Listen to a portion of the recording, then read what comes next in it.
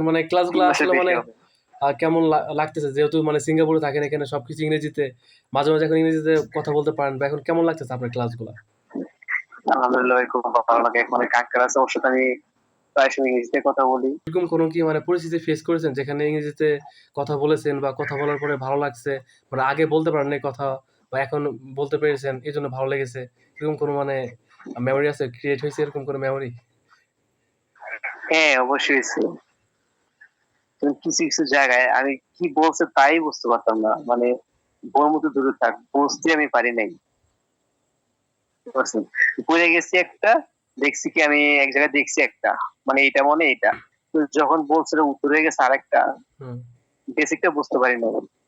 তখনই আমার সবকিছু ঝামেলা মনে হচ্ছে। কিন্তু যখন বেসিকটা বুঝতে পারছি, তখন কেউ কিছু বললে বুঝি বা টুকটাক কিছু বলতে পারি।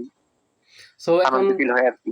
সো এখন দেখা যায় যে ৩ মাস যেহেতু মানে ক্লাস করেছেন, এখন কোন একটা মানে কেউ ইংরেজি বললে বুঝতে পারেন। প্লাস কোন একটা বই পড়লে সহজে বুঝতে পারেন। এগুলো বুঝতে পারেন। হুম, মোটামুটি বলতে পারেন।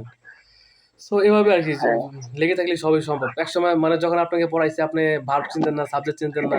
এখন কিন্তু মানে হুম, মোটামুটি কথা বলতে পারেন। প্লাস কেউ কিছু একটা মানে বললে বুঝতে পারেন।